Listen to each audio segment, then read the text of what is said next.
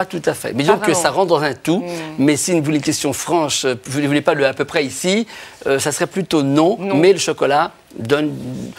prendre le chocolat avant un examen ou avant un sport, oui, ça donne un petit peu de quelque chose. Ça donne un petit coup de fouet. Voilà. J'ai voulu manger du chocolat en coulisses, mais on n'a pas tous ces chocolats. Ah ouais, on se les garde. On ne les a pas offerts. Après, n'hésitez pas, hein, c'est le moment pour poser vos questions par SMS 5 15 15, par internet france3.fr. N'hésitez pas également à laisser votre numéro de téléphone et à intervenir en direct dans cette émission. C'est nous qui vous rappelons. J'éternue à chaque fois que je mange du chocolat noir. Cela fait rire tout le monde autour de moi. Est-ce que je ne serais pas allergique? On en a parlé, l'allergie. Moins d'1% de chocolat donne de l'allergie. Moins d'1% des gens allergiques sont allergiques au chocolat. Maintenant, il y a des substances qui peuvent, j'ai dit protéines de soja, protéines du lait, protéines, les graisses qu'il y a dans le beurre de cacao, dont ces messieurs parlent mieux que moi. Certaines substances, dont l'histamine dont j'ai parlé, peuvent en effet donner ça. Il n'est pas étonnant que quelqu'un puisse éternuer. Mais dans ces cas, ce n'est pas le chocolat, ce n'est pas le cacao lui-même, c'est encore le tour. Un cas d'emballage. Voilà, le chocolat qui provoquait l'allergie. Oui, c'est ce qu'il y a autour, on est bien d'accord. Mais le cacao lui-même n'est pas réputé pour être allergisant. Comment fabrique-t-on le chocolat blanc? D'abord, est-ce que c'est le chocolat? C'est vous qui l'appelez de l'huile de vidange, le chocolat blanc? C'est déjà une honte que ça s'appelle chocolat. Non, ça n'existe pas. Est-il aussi bon pour la santé que le noir? Alors là, je n'ose même pas imaginer la réponse. Il faut être cohérent. Qu'est-ce que c'est que le chocolat blanc? Chocolat dit blanc n'existe pas. C'est une confiserie blanche avec ou sans beurre de cacao. C'est clair, net et précis. Maintenant, depuis 3 ou 4 ans, de août, je ne sais plus quand, depuis 3 ou 4 ans, la législation est claire. Le chocolat blanc est à proscrire sur le vocabulaire français. Donc ce n'est pas du chocolat. C'est comme boudin blanc. C'est bizarre. Hein, le boudin, c'est noir et le chocolat, c'est noir. Alors dès que c'est blanc, c'est suspect. Voilà. Non, mais il peut être de couleur, il peut être de ce qu'on veut. C'est pas il peut être au matcha, il peut être. Mais c'est pas possible, voilà. Ça peut pas être chocolat. Il peut être en quoi ? On peut faire du moins un produit à base de matcha, de thé matcha. Qu'est-ce que c'est ? Thé matcha, c'est un thé vert. Oui. Un thé vert qui est parfumé et qu'on peut utiliser à base avec du chocolat au lait, mais à base de confiserie blanche dans lequel on va incorporer du matcha. Voilà, donc le chocolat blanc, il est proscrit. Non, on a le droit d'aimer. Voilà, mais on ne le met pas dans le chocolat. On ne le fait pas dans l'émission du chocolat d'à la carte. Je mange environ. Non, mais c'est clair au moins. C'est un autre sujet.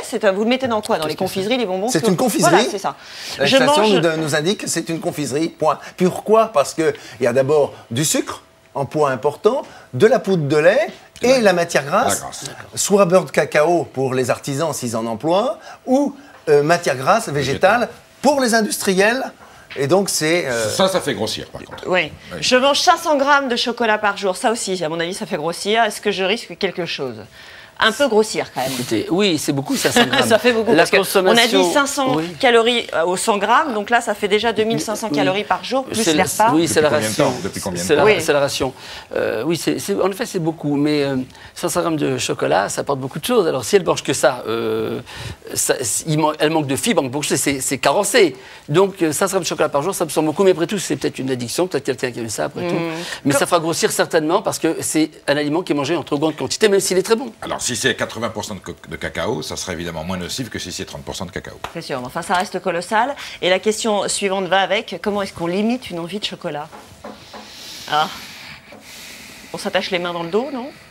À part ça, je vois rien. La volonté, comme dans tout, comme dans l'arrêt du tabac, comme dans l'arrêt même d'alcool, 1, la volonté, 2, la volonté, 3, la volonté. Donc il vaut mieux manger peu, comme dit M. Degas, manger peu et au bon moment et intelligemment, que se bourrer d'un chocolat pas bon. Alors la volonté... On compense par autre chose. Voilà, la compensation, la volonté, la compensation. Des activités aphrodisiaques, par exemple, je ne sais pas. Moi. Marina demande si le chocolat constipe. Il a été accusé pendant des années de constiper, et ce qui est a priori faux. Les constituants du chocolat, entre autres les polyphénols et les acides gras très bons comme l'acide stérique, favorisent finalement la vigilance gastrique et la stimulation des fibres de l'intestin. Donc, si moi j'ai connu le chocolat comme constipant quand j'étais jeune, en tant que médecin, je dis qu'a priori non, il ne constipe pas, et donc c'est un aliment excellent. Est-ce qu'il peut y avoir un problème de digestion? Regardez, quelle est la différence entre le chocolat au lait et le chocolat noir? Mon fils ne digère que le chocolat au lait. Est-ce que ça pose un souci de digestion? Écoutez, moi je ne suis pas fabricant de chocolat, mais le chocolat au lait, c'est du chocolat cacao avec du lait. Donc le lait contient des protéines de lait, et beaucoup d'enfants ne supportent pas les protéines de lait, on appelle ça la maladie cœliaque. Donc ce sera plutôt le lait du chocolat au lait. Mais là, le bébé supporte mieux le chocolat au lait. Bon, le chocolat, parfois, il nécessite des enzymes pour être digéré. C'est pour ça qu'on n'a pas répondu à la question de tout à l'heure, à quel âge le donner. Dès que le foie, l'intestin, dès que l'organisme est prêt à le digérer, on va dire, allez, à partir de... oui, je la regarde parce que c'est bientôt la fin de l'émission, je vais enfin pouvoir les manger. Le chocolat est digérable pour les enfants, mais s'ils ne supportent pas dans ces cas-là le chocolat noir, qu'il faut le chocolat et vice-versa. Mais je pense que c'est le lait qui gênait cet enfant. Une dernière petite question très rapide. On l'a parfois accusé de donner la migraine. Est-ce que c'est possible? Oui, a priori non. On l'a accusé parce qu'il contient une substance qu'on appelle la tyramine, qui excite les systèmes nerveux. Il faudrait vraiment beaucoup de chocolat ou des problèmes du foie pour ne pas le métaboliser pour donner un mal de tête. Mais le chocolat, par la tyramine, excite un peu le système nerveux, mais ce qu'on a dit tout à l'heure, ça excite les fonctions qu'on appelle cognitives. A priori, non. Mais si un migraineux mange chocolat avec de la migraine, il y a tellement de causes à la migraine, je ne pense pas que le chocolat soit une des grandes causes de la migraine. Le docteur sait bien que la migraine, c'est une origine très souvent digestive et notamment hépatique. Effectivement, si un abus de chocolat a pu créer un dérèglement hépatique, c'est le cerveau qui va le manifester. Que le chocolat ne donne pas trop de règlements. On l'a dit tout à l'heure. Donc là, ça y est, on peut attaquer le plateau. Raisonnablement, on s'arrête tout.